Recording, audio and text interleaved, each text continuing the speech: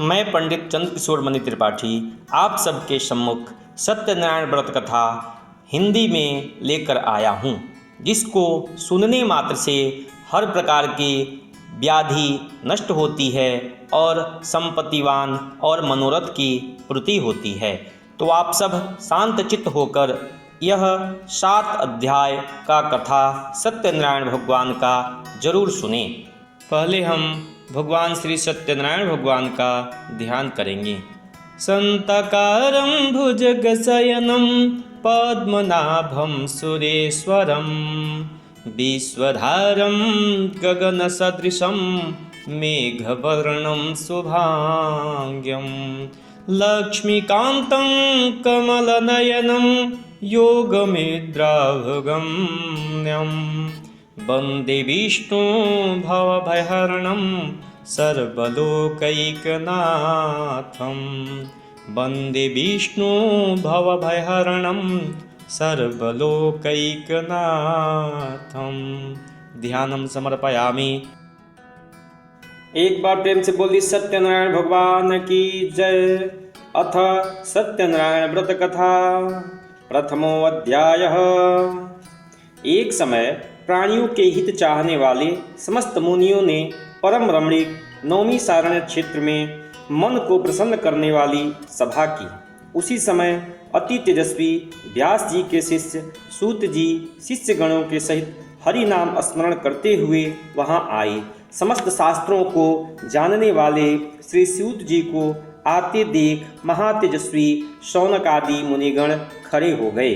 सब धर्मों को जानने वाले में श्रेष्ठ सूत जी तथा परम वैष्णव शौनकादि ऋषि प्रशस्त शीघ्रता से पृथ्वी पर दंडवत नमस्कार करके शौनकादि मुनियों के दिए आसन पर संपूर्ण शिष्यों सहित अति बुद्धिमान सूत जी बैठ गए।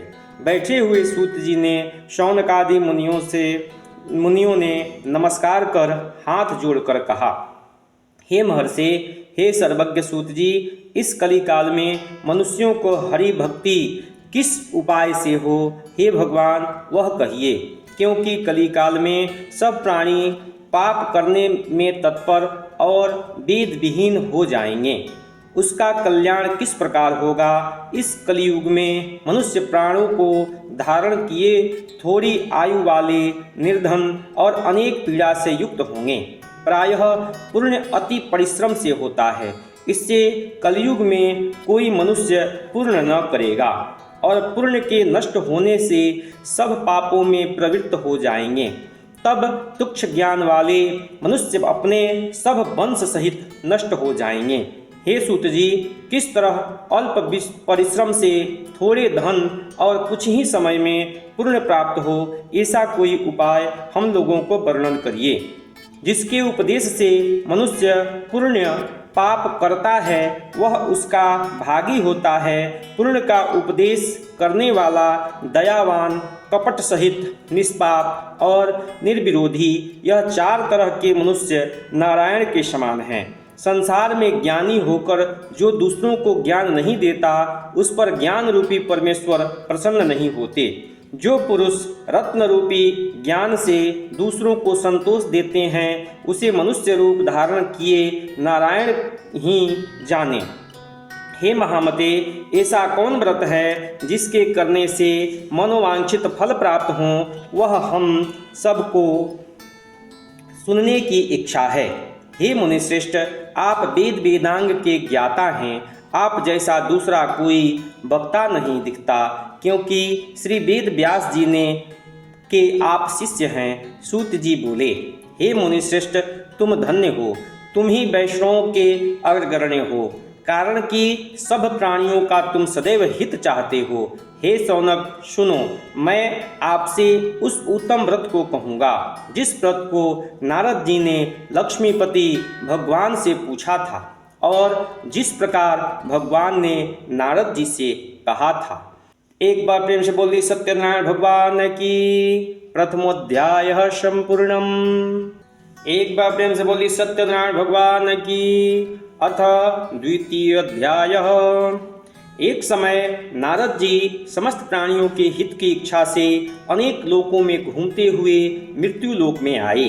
वहाँ उन्होंने देखा कि सब प्राणी अनेक पीड़ाओं से युक्त और अनेक योनियों में उत्पन्न होकर पाप कर्म से दुख पा रहे हैं। यह देखकर विचार किया कि इन लोगों का दुख किस प्रकार दूर हो। ऐसा मन में विचार कर विष्णु लोक में चले गए। वहाँ जिनके शुक्ल वर्ण 4 भुजाएं हैं, जिन्होंने शंख चक्र को धारण किया है और वनमाला से सुशोभित देवेश नारायण हैं, उनको देखकर स्तुति करने लगे।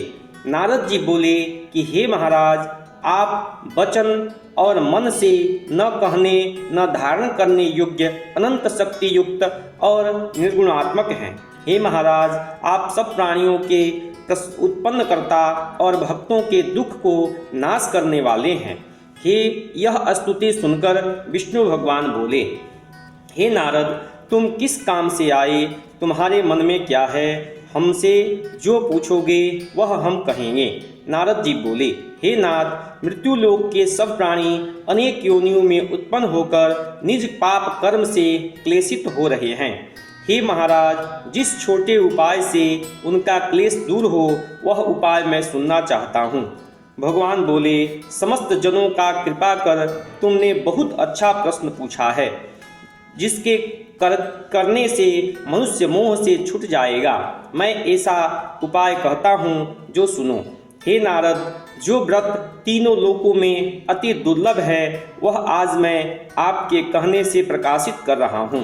वह सत्यनारायण का व्रत है, जिसको विधि पूर्वक करने से इस लोक में सुख और परलोक में मोक्ष मिलता है। यह सुनकर नारद जी बोले, इस व्रत का क्या फल है और पूर्व में किसने किया था? किस समय यह व्रत करना चाहिए? आप विस्तार पूर्वक कहिए। भगवान ने कहा कि इसके करने से दुख शोक आदि का नाश, धन्य धान्य की वृद्धि, संतति की प्राप्ति तथा सर्वत्र विजय की प्राप्ति होती है। इस व्रत में मनुष्य भक्ति श्रद्धा युक्त किसी भी दिन सायंकाल में सत्यनारायण की पूजा करे और भाई बंधु तथा ब्राह्मणों के साथ धर्मयुक्त 1.25 सेर उत्तम नैवेद्य भोग लगावे। केले का फल, घी, दूध और गेहूं का चूर्ण लावे। गेहूं का चूर्ण न हो तो चावल का चूर्ण, खाड़ अथवा गुण मिलावे। 1.25 पाव अथवा 1.25 सेर के हिसाब से मिलाकर भक्ति से सत्यनारायण को नैवेद्य लगावे। बांधवों के साथ कथा सुनकर ब्राह्मणों को दक्षिणा दे। श्री सत्यनारायण के प्रसाद को अपने भाई बंधुओं के साथ खाकर रात्रि में नृत्य गीत आदि करे। तदंतर सब श्रोतागण सत्यनारायण का स्मरण करते हुए अपने अपने घर जाएं। इस प्रकार व्रत करने से मनवांछित फल मिलता है। विशेषकर इस कलिकाल में पृथ्वी पर इसके बढ़कर दूसरा कोई उपाय नहीं है। हे नारद, जिन्होंने इस व्रत को पहले किया वह कथा सुनो। काशीपुरी में निर्धन शतानन नामक एक ब्राह्मण क्षुधा पिपासा से दुखित नित्य पृथ्वी पर भिक्षा मांगने हेतु घूमता था। ब्राह्मण प्रेमी भगवान नारायण ने दुखित ब्राह्मण को देखकर बुढ़े ब्राह्मण का रूप धारण कर अति आदर से पूछा, हे विप्र, किस कारण पृथ्वी पर आप नित्य घूमा करते हैं? यह हमारी सुनने की इच्छा है। यदि आपकी इच्छा हो तो कहिए। ब्राह्मण बोला, मैं अत्यंत दरिद्र हूँ, भिक्षा के लिए पृथ्वी पर भ्रमण करता हूँ। यदि आप कुछ जानते हो तो कृपा कर पूर्ण रूप से कहिए। वृद्ध ब्राह्मण बोले, हे द्विज श्रेष्ठ, मनोरथ को सिद्ध करने वाला उत्तमोत्तम श्री सत्यनारायण का व्रत करो, जिसके करने से मनुष्य सब दुखों से छूट जाते हैं। वृद्ध ब्राह्मण रूपी श्री सत्यनारायण देव ने व्रत का विधान ब्राह्मण को बताकर आप अंतर्ध्यान हो गए। तदंतर ब्राह्मण शतानंद ने मन में निश्चय किया कि मैं कल ही श्री सत्यनारायण का व्रत करूंगा। इसी चिंता में ब्राह्मण को रात भर नींद न आई। सुबह उठकर उसने यह निश्चय किया कि श्री सत्यनारायण का व्रत अवश्य करूंगा। यह संकल्प कर भिक्षा मांगने को गया तो उस दिन उसको सब दिनों से अधिक द्रव्य मिला। द्रव्य से उसने अपने भाइयों के साथ श्री सत्यनारायण का व्रत किया। उसके प्रभाव से दुखों से छुटकर सर्व संपत्ति से युक्त हो गया। व्रत के प्रभाव से संतानन नगर भर में श्रेष्ठ माना जाने लगा। और तभी से वह ब्राह्मण हर महीने व्रत करने लगा। भगवान ने कहा, सतानंद द्वारा किया हुआ श्री सत्यनारायण का यह पूजन है, जिसको जानकर जो मनुष्य व्रत करता है वह सब पापों से छूटकर मोक्ष को पा जाता है। जिस प्रकार पृथ्वी पे इस व्रत को मनुष्य करेंगे उसका दुख अवश्य नष्ट हो जाएगा। एक बार प्रेम से बोल दी सत्यनारायण भगवान की जय। द्वितीय अध्याय संपूर्णम। एक बार प्रेम से बोल दी सत्यनारायण भगवान की जय। अथ तृतीयोध्याय। सूत जी बोले, हे शौनक, विष्णु भगवान ने जिस तरह कहा था वह तुमसे मैंने कहा, और दूसरी बात जो हो वह पूछो। शौनक जी बोले, हे सूत जी, उस ब्राह्मण के बाद इस व्रत को किसने किया वह सुनने की इच्छा है। सूत जी बोले, हे मुनियों, जिसने व्रत को किया वह सुनिए। एक समय निज धर्मानुसार जिस बांधवों के साथ व्रत को करने को उद्यत हुआ, उसी समय एक लकड़हारा वहां आया। भूख प्यास से पीड़ित काष्ठ के भार को बाहर रख ब्राह्मण के घर में जाकर उसने व्रत करते हुए ब्राह्मण को देखा। नम्रता के साथ हाथ जोड़कर प्रणाम कर बोला, आप क्या कर रहे हैं? इसके करने से क्या फल होता है वह विस्तार पूर्वक कहिए। ब्राह्मण बोला, मनोरथों को देने वाला, दुख और सुख को नाश करने वाला तथा सिद्धि को देने वाला यह श्री सत्यनारायण का व्रत है, जिसके प्रसाद से यह धन धान्यादि प्राप्त हुआ है। यह सुनकर लकड़हारा प्रसन्न हो प्रसाद को खाकर और जल पीकर वह भगवान श्री सत्यनारायण का ध्यान करता हुआ अपने नगर को चला गया। आज लकड़ी बेचने से जो द्रव्य प्राप्त होगा उसी से मैं सत्यदेव के उत्तम व्रत को अवश्य करूँगा। ऐसा मन में विचार कर उसने लकड़ी को सिर पर रख जहाँ धनी लोग रहते थे उस नगर में गया। उस दिन लकड़हारे को दूना द्रव्य प्राप्त हुआ। यह अत्यंत प्रसन्न हो सुंदर केले के फल, शक्कर, दूध, घी, गेहूं, चूर्ण सबको सवाई लेकर घर में आकर अपने भाई बंधुओं को बुलाकर विधि से सत्यनारायण व्रत किया। इस व्रत के प्रभाव से लकड़हारे का धन, पुत्र आदि सब युक्त हो गया। इस लोक में सुख पाकर अंत में सत्यलोक को चला गया। हे मुनिगण, मैं और कथा कहता हूँ, उसको सुनिए। एक बार प्रेम से बोलिए सत्यनारायण भगवान की जय। तृतीयोध्याय संपूर्णम। एक बार प्रेम से बोलिए सत्यनारायण भगवान की जय। अथ चतुर्थ अध्याय। सूत जी ने कहा, राजाओं में श्रेष्ठ उल्कामुख नामक एक जितेंद्रिय राजा था। वह सदैव देव मंदिर जाया करता था। वह ब्राह्मणों को नित्य धन देकर संतुष्ट किया करता था। उसकी कमल के सदृश मुख वाली प्रबुद्धा पत्नी थी। वह अपनी पत्नी से के साथ भद्रशिला नदी के तट पर सत्यदेव का व्रत करता था। उसी समय वहाँ एक बनिया आया। वाणिज्य के लिए बहुत धन से परिपूर्ण नाव को नदी के तीर पर लगाकर आप तट पर उतर गया। वह राजा को व्रत करता हुआ देख नम्रता से पूछने लगा। साधु बोला, हे राजन, आप यह क्या करते हैं वह हमसे भक्तिपूर्वक कहिए, सुनने की इच्छा है। राजा बोला, हे साधु, यह अति तेजस्वी विष्णु भगवान का पूजन है, जो अपने बांधुओं के साथ पुत्र आदि प्राप्ति की इच्छा से किया जाता है। तब बनिया नमस्कार कर बोला, हे राजन, इस व्रत को मुझसे कहिए। यह मैं भी करूँगा, कारण कि मेरे ही संतान नहीं है। इस व्रत से अवश्य होगी। वह व्रत की विधि जानकर अपने घर में जाकर अपनी स्त्री से यह संतानंदप्रद व्रत कहा और यह संकल्प किया कि जब मेरे घर पर संतान होंगी तब मैं अवश्य सत्यनारायण व्रत करूँगा। थोड़े ही समय में उसकी स्त्री लीलावती आनंदचित से गर्भवती हो गई। उसने 10वें मास में अति निर्मल एक कन्या को उत्पन्न किया। जैसे शुक्ल पक्ष में चंद्रमा की ज्योति बढ़ती है, उसी तरह प्रतिदिन कन्या वृद्धि को प्राप्त हुई। अपनी स्त्री के साथ बनिया ने कन्या का जात कर्म कर कलावती नाम रखा। एक दिन लीलावती अपने स्वामी से मधुर वचन बोली कि पहले का संकल्पित व्रत आप क्यों नहीं करते। साधु बोला, हे प्रिय, इसके विवाह के समय में इस व्रत को मैं अवश्य करूँगा। इस प्रकार स्त्री को समझाकर वह बाहर चला गया। उधर कलावती पिता के घर नित्य बढ़ने लगी। एक दिन धर्मज्ञ साधु बनिया ने सखियों के साथ खेलती हुई लड़की को विवाह के योग्य देख दूतों को बुलावा कर कहा, विवाह के निमित्त कन्या के लिए योग्य वर का खोज करके लाओ। साधु की आज्ञा पाकर दूत कांचन नगर में गए। उस नगर में एक वाणिक पुत्र को देखकर साधु के पास आए।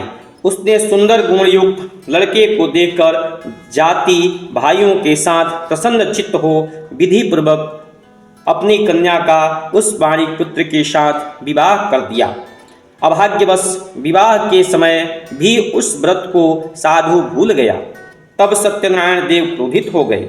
कुछ दिन बाद निज कर्म में अति चतुर साहूकार व्यापार की इच्छा से अपने दामाद को लेकर समुद्र के निकट रत्नसार नामक नगर में जाकर व्यापार करने लगा। इसी समय सत्यनारायण स्वामी ने राजा को प्रतिज्ञा से भ्रष्ट देखकर उसके शाप दिया कि तेरे ऊपर बड़ा भारी दुख पड़ेगा। उसी दिन चोरों ने राजा के धन को चुरा अपने पीछे देखते हुए साधु की दिशा को चले गए। दौड़ते हुए राजा ने दूतों को आता देख डरकर धन को यहाँ ही रखकर आप छिप गए। राजा के दूतों ने साधु के निकट आकर राजा के धन को देखा तो साधु को बांधकर आनंद चित्त हो राजा ने निकट ले जाकर बोले कि हे राजन, दो चोर आए हैं, उनको देखकर आज्ञा दीजिए। राजा ने साधु को देखकर अविचार से आज्ञा दे दी। फिर तो दूतों ने उसे खूब बांधकर बंदी खाने में बंद कर दिया। एक बार प्रेम से बोल दी सत्यनारायण भगवान की जय। चतुर्थो अध्याय संपूर्णम। एक बार प्रेम से बोलिए सत्यनारायण भगवान की जय। अथ पंचमोध्याय। सूत जी बोले, सत्यदेव जी की माया से चंद्रकेतु राजा ने उन दोनों बनियों के वचन को कुछ भी न सुना और उनका धन सब ले लिया। श्री सत्यनारायण के श्राप से साधु और दामाद के घर पर स्त्रियां भी बड़ी दुखित हो गई। चोरों ने घर का धन भी चुरा लिया। आदि व्याधि से पीड़ित और भूखी प्यासी लीलावती अन्न की चिंता से घर घर घूमने लगी और कलावती कन्या भी नित्य भी घूमने लगी। एक दिन रात को भूख से दुखी कलावती एक ब्राह्मण को घर पर गई। वहाँ सत्यनारायण के व्रत को देख कथा को सुन निज मनोरथ को मानी और प्रसाद को खाकर कुछ रात गए अपने घर आई। तब लीलावती अपनी कन्या को धिकारने लगी, हे पुत्री, इतनी रात तक तुम कहाँ रही? तेरे मन में क्या है? तब कन्या माता से सत्य वचन बोली, हे माता, मनोरथों को परिपूर्ण करने वाले श्री सत्यनारायण के व्रत को ब्राह्मण के घर में देखती हूँ। लीलावती कन्या कलावती का वचन सुनकर श्री सत्यनारायण के व्रत को करने के लिए दत्त हुई। पतिव्रता साधु की स्त्री अपनी कन्या सहित बंधु बांधवों के साथ सत्यनारायण के व्रत को किया। उसने सत्यदेव से यह दिव्य वर मांगा कि हे सत्यदेव, हमारे पति और दामाद जल्दी अपने घर आवें। मेरे पति और दामाद के अपराध को आप क्षमा करने योग्य है, अतः क्षमा करिए। जिससे सत्यनारायण स्वामी संतुष्ट हो गए और चंद्रकेतु राजा को स्वप्न दिखाया कि हे राजन, कल सवेरे ही दोनों सज्जन बनियों को छोड़ देना और उनका धन भी जो तुमने लिया है वह दे देना, नहीं तो हम धन पुत्र के सहित तेरा राज्य नष्ट कर देंगे। यह बात राजा से कहकर सत्यनारायण प्रभु अंतर्ध्यान हो गए। तब प्रातः काल के समय राजा निज जनों के साथ सभा में उपस्थित हो मंत्रीजनों से यह अपना स्वप्न सुनाकर कहा कि बांधे हुए बनियों को शीघ्र छोड़ दो, ऐसा आदेश दिया। यह सुनकर दूत लोग बनियों को बंदी खाने से छुड़ाकर राजा के निकट लाए और विनययुक्त वचन बोले, हे महाराज, हम इन दोनों बनियों को बंधन से छुड़ाकर लाए हैं। अब आपकी क्या आज्ञा है? उन दोनों ने महाराज चंद्रकेतु को नमस्कार कर पूर्व वृत्तांत का स्मरण करते हुए राजा चंद्रकेतु से साधु तथा दामाद ने पूछा, कुछ नहीं कहा।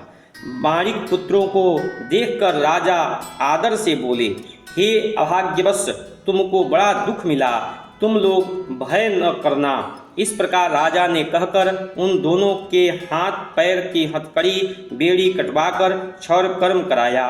फिर वस्त्र और आभूषण आदि देकर बनिया को अत्यंत संतुष्ट किया। पहले जितना धन दिया था उसका दुगुना धन लेकर कहा, अब आप अपने घर जाएं।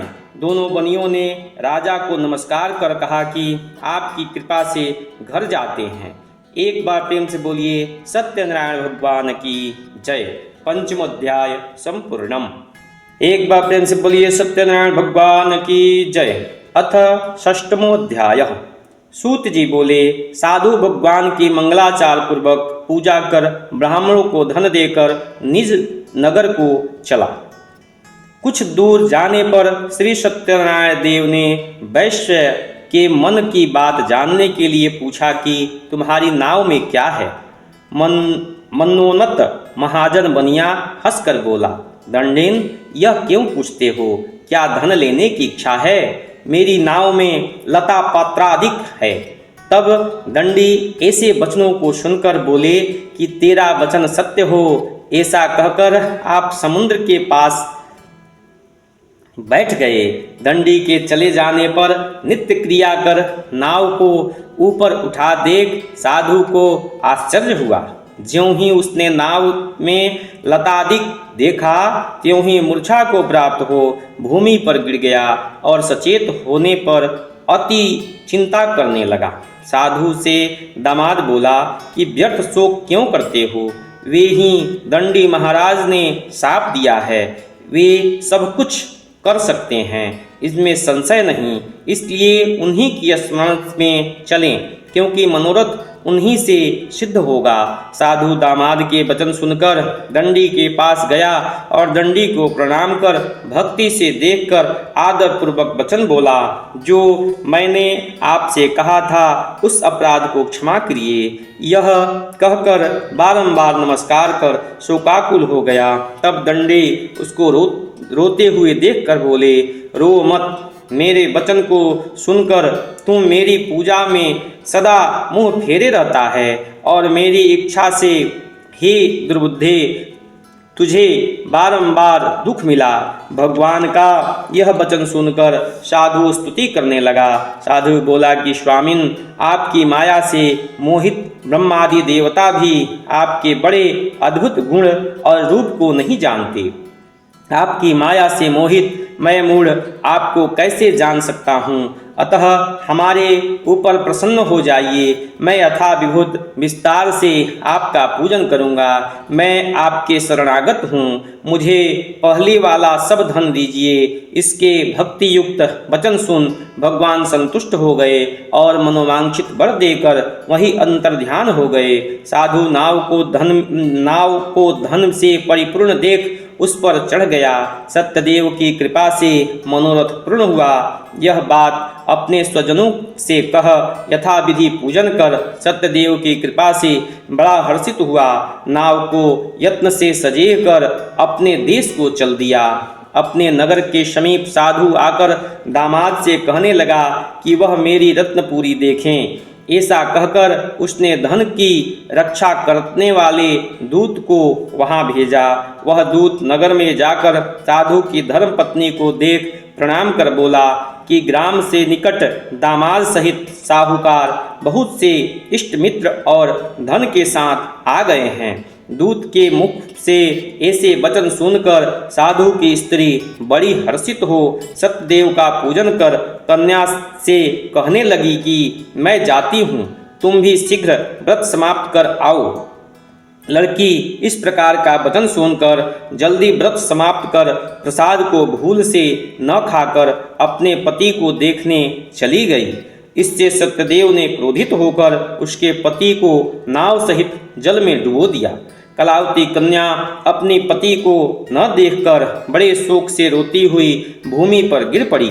साधु ने कन्या को अति दुखित देखकर जड़े हुए मन से कहा, यह क्या हुआ? और नाव चलाने वाले भी चिंता करने लगे। तब लीलावती कन्या को दुखित देखकर अति वृद्ध हो रोने और अपने पति से कहने लगी। इसी क्षण नाव के साथ वे कैसे अलक्षित हो गए, न जाने किस देवता के अनादर से नौका जल में नहीं दिख रही है। श्री सत्यदेव के महात्म को कौन जान सकता है?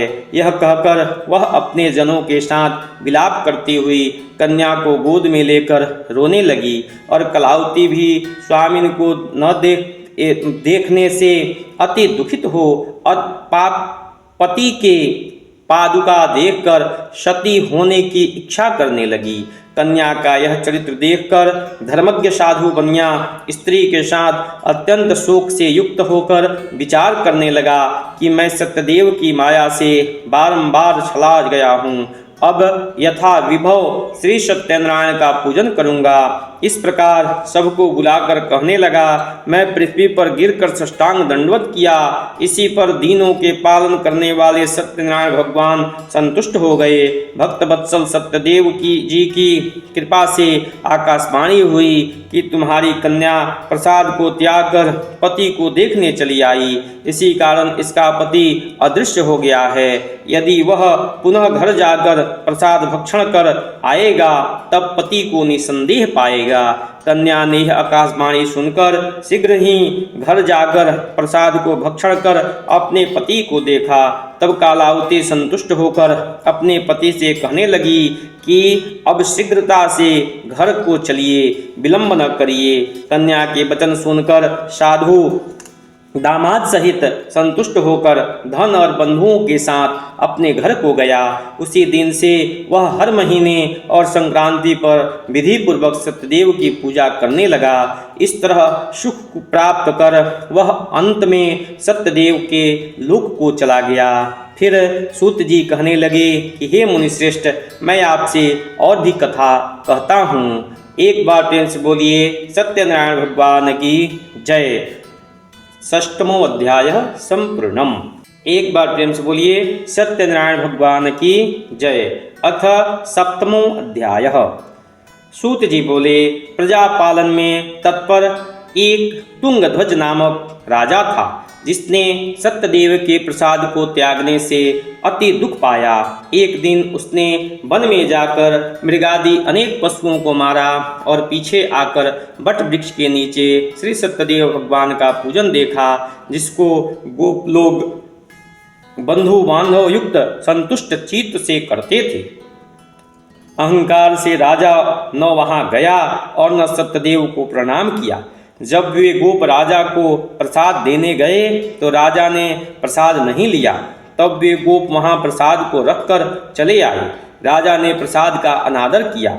इस तरह प्रसाद का अनादर करने से उसने अति दुख पाया। वह राजा के 100 पुत्र थे, वे मर गए और धन धान्य भी नष्ट हो गए। तब राजा ने अपने मन में विचार किया कि सत्यदेव ने ही धन नष्ट कर दिया है, इसलिए मैं वहीं जाऊंगा जहां पूजन होता था।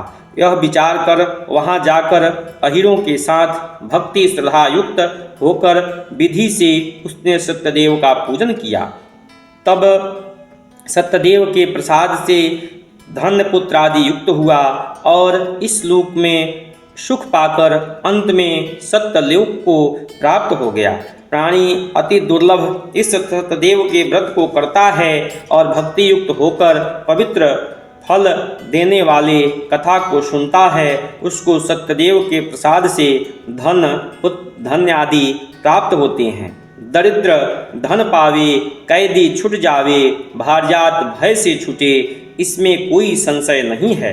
इस पुनीत व्रत को करने से प्राणी सदा सुख पाकर अंत में सत्यदेव के लोक को जाता है। सूत जी कहते हैं, विप्रों, मैंने सत्यनारायण के व्रत को आप लोगों से कहा, जिसके करने से मनुष्य सब दुखों से छूट जाता है। विशेषकर सत्यदेव की पूजा कलिकाल में फल देने वाली है। उसी को कोई काल, कोई सत्य, कोई परमेश्वर, कोई सत्यनारायण और कोई सत्यदेव कहेंगे। सत्य रूपी विष्णु सनातन कलयुग में अनेक रूप धारण कर सबको वांछित फल देने वाले होंगे। हे मुनिश्रेष्ठ, जो प्राणी इसको पढ़ता या सुनता है उसके संपूर्ण पाप सत्यदेव के प्रसाद से नष्ट हो जाते हैं, इसमें कुछ भी संशय नहीं है।